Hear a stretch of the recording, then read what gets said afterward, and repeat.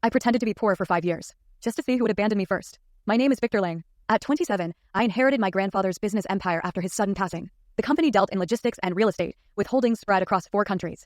My grandfather had raised me after my parents passed in an accident. His last piece of advice before he died was simple: you'll never know who's real until you have nothing to offer. I took those words seriously. A month after the inheritance, I vanished from my public life.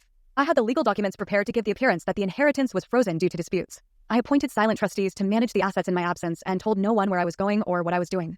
I moved into a small rented flat on the outskirts of town. I canceled my credit cards, used only cash, and took up work as a store clerk at a local hardware shop.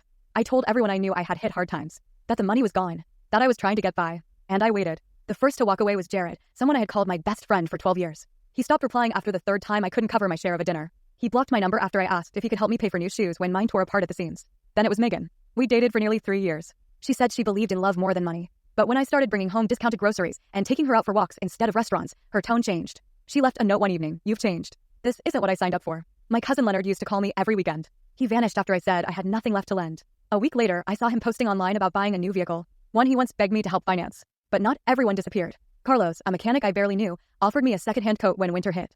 Said I looked cold and he had an extra. No strings. No expectations. Helen, my neighbor, knocked on my door every Sunday with leftovers from her kitchen, saying I shouldn't have to skip meals. And Mr. Rowley, the owner of the hardware store, gave me a full-time position when I was late twice in 1 week instead of firing me. Said he saw effort, not excuses. 5 years passed. I saved nothing from those years except for names, faces, and memories. One day, I returned to my office at Lang Holdings. The staff stared as I walked in through the front door, not in uniform, but in a clean suit tailored for the moment. I summoned the legal team and released the freeze on the holdings. I took full control again. Then I sent 3 letters. 1 to Jared, 1 to Megan, 1 to Leonard. Each letter had a single line: "You left when you thought I had nothing."